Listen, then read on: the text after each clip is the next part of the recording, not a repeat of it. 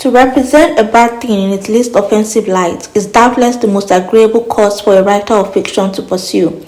But is it the most honest or the safest? Is it better to reveal the snares and pitfalls of life to the young and thoughtless traveler, or to cover them with branches and flowers? O reader, if there were less of this delicate concealment of facts, this whispering peace, peace when there is no peace, there will be less of sin and misery to the young of both sexes, who are left to wring their bitter knowledge from experience. Yet, be it understood, I shall not limit my ambition to this, or even to producing a perfect work of art. Time and talent so spent I should consider wasted and misapplied. Such humble talents as God has given me, I will endeavor to put to their greatest use. If I am able to amuse, I will try to benefit too. And when I feel it my duty to speak an unpalatable truth, with the help of God, I will speak it, though it be to the prejudice of my name and to the detriment of my readers' immediate pleasure as well as my own. Welcome to Reading the Classics.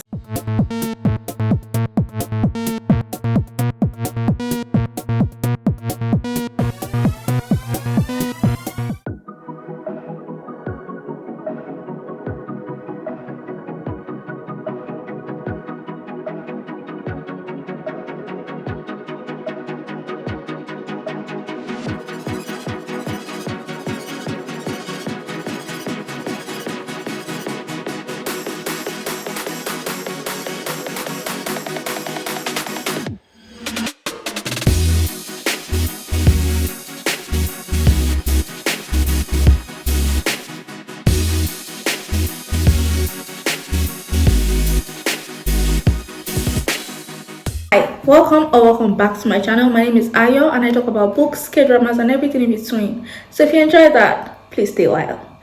Okay, I know that I've been up for a while. I wouldn't talk about that now because I'm back. I'm back to talk about the Tenant of Wildfell, and I'm so sorry if you get triggered, but this is my Folio Society edition and I annotated it. Okay, it's my book. Okay, I don't know what to tell you. I'm one of those people that if I buy it, I'm gonna write in it. I don't care how much it costs. Okay, that's what I bought it for. It's a book to be read.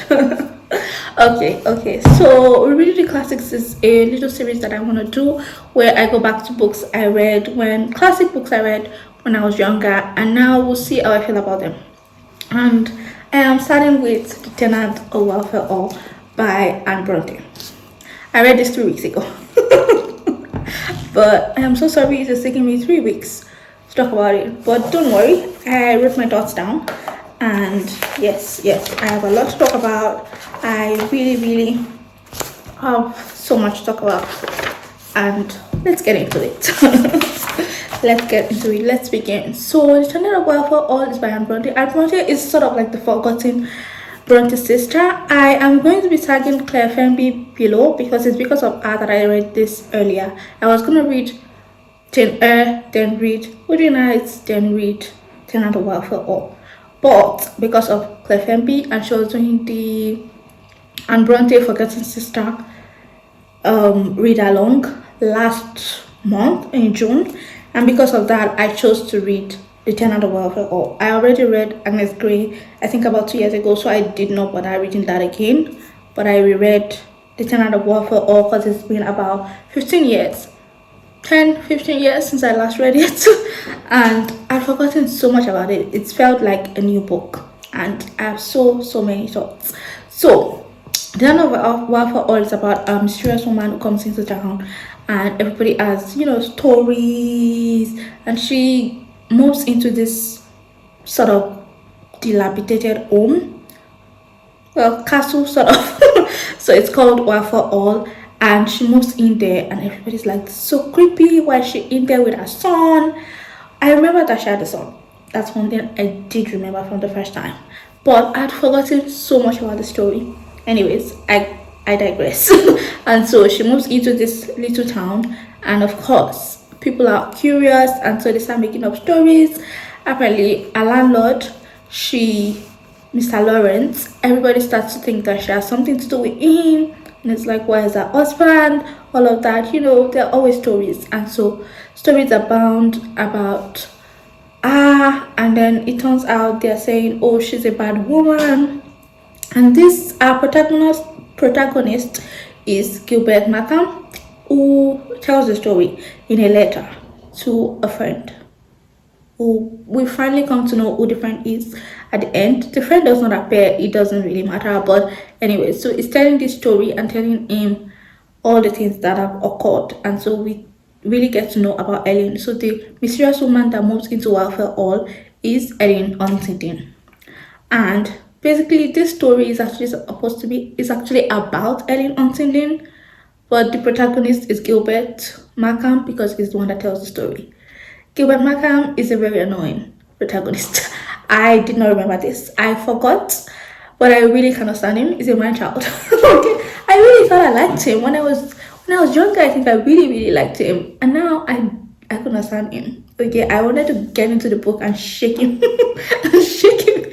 He really got on my nerves, and I found that the first 20% of the book took me so long to read. I just did not like Gilbert, and I didn't like his narration. I found him so annoying, and the choices that he makes in this story is so annoying. Anyway, so this story is abounded with about Ellen, and he had sort of grown close to Ellen, and he was falling in love with her.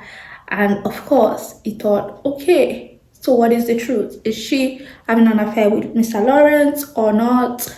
Blah blah blah. Everybody thinks she is, and he's like, oh, she shouldn't. She is not that kind of person. I don't think she's that kind of person. And so she trusts him, and she hands him a journal. And so we get to know the true story of Ellen Huntington. And Ellen actually had an abusive husband, and she leaves him, and that's why she is in town in Wildfell Hall. That is the story of this book, basically.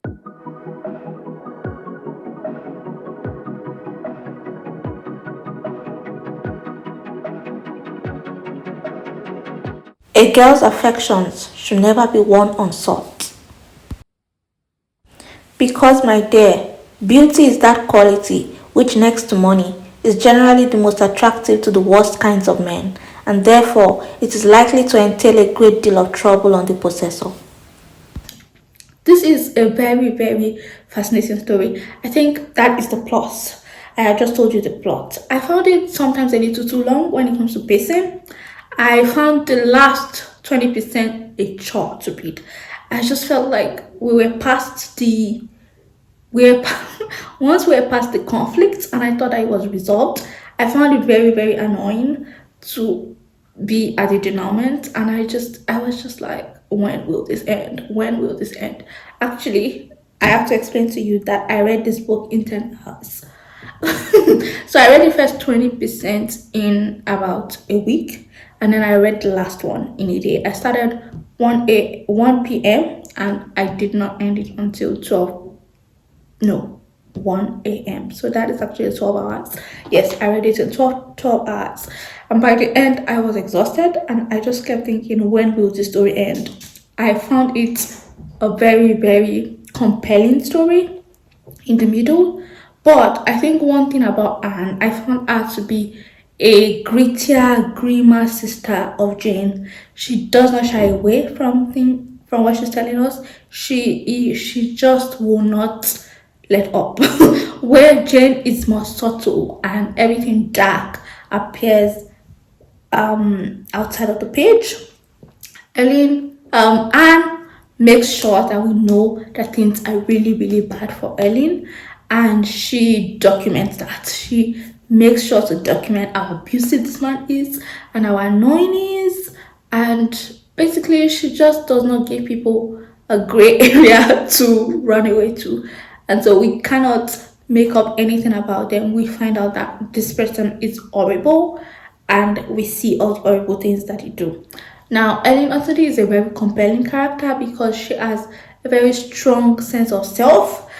Although she's a bit naive when we meet her in the beginning, when she meets her husband and she tells the story, we find that she could be a little bit naive, a little bit young, but she grows into this very strong-hearted, brave, courageous woman, and I found her to be a very interesting character. one that might not be a lot, is not often found in classic literature. Now, let's talk about character development after talking about the plot and the person. It is not pleasant to be looked upon as a liar and a hypocrite, to be taught to practice what you abhor, and to encourage devices you would discountenance, to find your good intentions frustrated, and your ends crippled by your supposed unworthiness, and to bring disgrace on the principles you profess. Character development, Gilbert, like I said, I just don't think he improves. Okay, at the end, I was like, why is she with this man? I don't like this man. Can he go away? Can he go away? Why is he the love interest? I could see instances where, she contrasts him with the husband and some of the friends of the husband, but he's still a bit of a man child, and I think Ellen deserves better. Okay. Yeah, but anyways, the Brontes always give us men that I just say, I didn't like Mr. Rochester when I read Jane Eyre again. Sorry, when I read Jane Eyre again, I did not like Mr. Rochester, and I find that Mr. Markham is the same. I do not like him. He's a little bit better than Mr. Rochester. A little bit better. It's not as arrogant. He's arrogant, but not as arrogant, and I think that comes with his youth. But I also found him annoying, and yeah, impulsive. It's very impulsive. I hope he grows out of that. But by the end, we see that he does have a little bit of change of heart, and he does grow a little bit because we see him over the course of a year, and yeah, he does grow. And the narrator, him telling the story, is a lot older, and so yeah, I hope it's grown out of all of that impulsiveness and all of that arrogance. I hope so. But yeah, it was aggressive, it was very annoying. And okay, so Ellen, like I said, we meet her as stubborn, youthful exuberance, naive, and then she grows to be this wise, strong, decisive character, brave too, who takes a very decisive action that would have come off a little bit almost unheard of at the time that she was living in. And I actually applaud Anne for telling this story and for being just brave enough to tell the story. And I know that Charlotte tried not to let the story come out, but I'm glad that we have restored the original story that Anne wrote and that we get to read it, because I think it's a story that we need. And that's why we come into the themes now. Let's talk about the themes of this. There's a theme of alcoholism in this, and exactly how difficult and how bad it can be, and how bad it can get, and how peer pressure can make things very difficult for young men, but also the very real danger to those who love them. I think that this is a very good depiction of addiction and what it can do to a person, and also those around them. There's also a theme of marital life and exactly what makes it a good marital life, what makes it a bad one, and the choices we make. There is a little bit of preachiness because you can see that Anne really, really is a Christian, and she loves to quote the Bible, and there are some things that are just Christian values that she mentions that we might, as modern audiences, scoff at, but I understand that it's a time and a place and our beliefs, and so I wouldn't really condemn that. But I really, really enjoyed that depiction of marriage, of a bad marriage, and why you shouldn't, because Ellen's aunt actually warns her about this, and we see the effects of not eating that one in. But yeah, I really, really enjoyed that. And what else? There's a bit of a parenting thing. So Ellen raising her son and not wanting him to be like Otto, her husband, Otto Ottenden, the alcoholic. And yeah, she makes a point that it is on parents to make the choices that help their kids be better. And I love the choices that she makes, and I love this discussion. She has this little discussion with Gilbert's mother about the choices that we have to make for our sons, not just for our daughters. And I think that even now it's a message that we all need, that, it reminds me of that quote from Becoming. If you've read Michelle Obama's Becoming, where she mentions we raise our daughters, we raise our daughters and what is it? We raise our daughters and love our sons. We raise our daughters and love our sons, when we should be raising both. We should be raising both genders, and we should be loving both genders, and we should not discriminate, and we should teach all the values that we teach our girls. We should teach our sons the same thing, and it might actually help the society in the long run. And that brings us to the theme of family. Parenting and family make up the society, and that's what we see in the society. And maybe some of the ills in the society will be corrected if the family structure is stronger, and if parents do their own part. I really enjoyed that about. And then there's the societal expectations versus individual responsibility. Is it on the society to make sure that this is stopped? Is it on the parents? Or do we both share responsibility? I really enjoyed that that she explores that in the story, and I enjoyed where she concludes it. I'm not going to give too much away. There is such a thing as looking through a person's eyes into the art and learning more of the height and breadth and depth of another soul in 1 hour than it might take you a lifetime to discover if he or she were not disposed to reveal it, or if you had not the sense to understand it. So we're going to talk about the writing.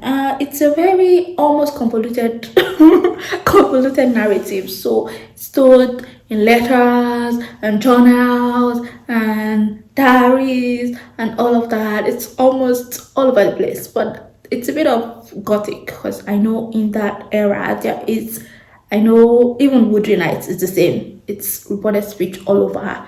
It's all over it's all over the place. It's a mess, but I love it. I found it a very fascinating style of telling a story. I mean, Dracula is the same. Which other one is the like that? But some of the very well-known classics were written that way. I mean, even Pride and Prejudice has so many letters, and so yeah, you find that kind of writing here, and I really enjoyed it. I did find that sometimes it might get didactic, but that's okay. Like I said, she's a Christian, she's from a different era, and just expect that. And then it's a gothic. So, there are elements of horror, mystery, supernatural, like all the Bronte sisters. This is here. But unlike Charlotte or Emily, Emily is a little bit more mystic and she loves the supernatural, whereas Charlotte is romantic and just weaves everything under this love story. I find that Anne is a bit more honest, and so she tells us that the real horrors are in our life. Okay, they're in the real world and we are living in it. And I love that is what she places that gothic in. And so the gothic is just surrounded by this real life threat, real life danger that is not supernatural. And yeah, I really enjoyed that. There's a lot of fear, there's a lot of all of that because of this bad man it's kind of sort of hanging over her. I'm not going to tell you how it gets resolved. I think you should read it. But yeah, I really enjoyed this. And so now we come to my overall enjoyment of the story. I'll say because I did not enjoy that last 20%. It was such a short read. If I did not want to get through it, I probably wouldn't have. I would have taken. I didn't want to leave it a day because I knew that I wouldn't come back to it. So I did finish it, and I have to say, overall, I'll give it a 4.5, because it's a really good story. I really enjoyed it. I couldn't put down Ellen Huntington's parts. I thought that was really, that's the strongest part of the story. Ellen's story is the story, really. And yeah, I really enjoyed it. And now let's talk about the reading experience. I do not remember any of it. Yeah, I'm so sorry. I totally forgot. And yeah, there were a lot of quotes that I really enjoyed. In love affairs, There is no mediator like a merry, simple-hearted child, ever ready to cement divided hearts, to span the unfriendly gulf of custom, to melt the ice of cold reserve, and overthrow the separating walls of dread formality and pride. Yeah, rereading it, I would say really good. I did not remember, like I said, I read it maybe 15 years ago, 10 years ago. I've forgotten so many things. I truly forgot. I remember she had a song. I forgot about Gilbert. I forgot about his family. I forgot about the town. I truly forgot about all of that. And the last 20%, I did not even realize happened. I was like, where did this come from? Where did this come from? It was just so fascinating to me how I'd forgotten all about it. And how did I like it the second time? I think I liked it more the first time I read it. Younger me was so invested in this love story. And older me is like, Gilbert? No. No thank you. No thank you. No thank you. I like me a Mr. Darcy. Straight up. Okay. Mr. Darcy, please. Where is my Mr. Darcy? Yeah, for that 10,000 a year. If you watch my last video, you get that reference. But anyways, yeah. So the reading experience wasn't so bad, and I can't wait to read Wuthering Heights again. And so yeah, that's 2/3, and I did not enjoy Jane Eyre again. My second reading, I was like, what? No. And the Tenant of Wildfell, all I really enjoyed, 4.5, and that is my rating. I am satisfied that if a book is a good one, it is so, whatever the sex of the author may be. All novels are or should be written for both men and women to read, and I am at a loss to conceive how a man should permit himself to write anything that would be really disgraceful to a woman, or why a woman should be censured for writing anything that would be proper and becoming for a man. Thank you so much for hanging out with me. I really loved hanging out with you. I hope you enjoyed this little video. I'm gonna insert clips, and some of them would be quotes and just passages that I really enjoyed. I hope you enjoy that. That will be my new style in this little series, and I will see you in my next video. Bye.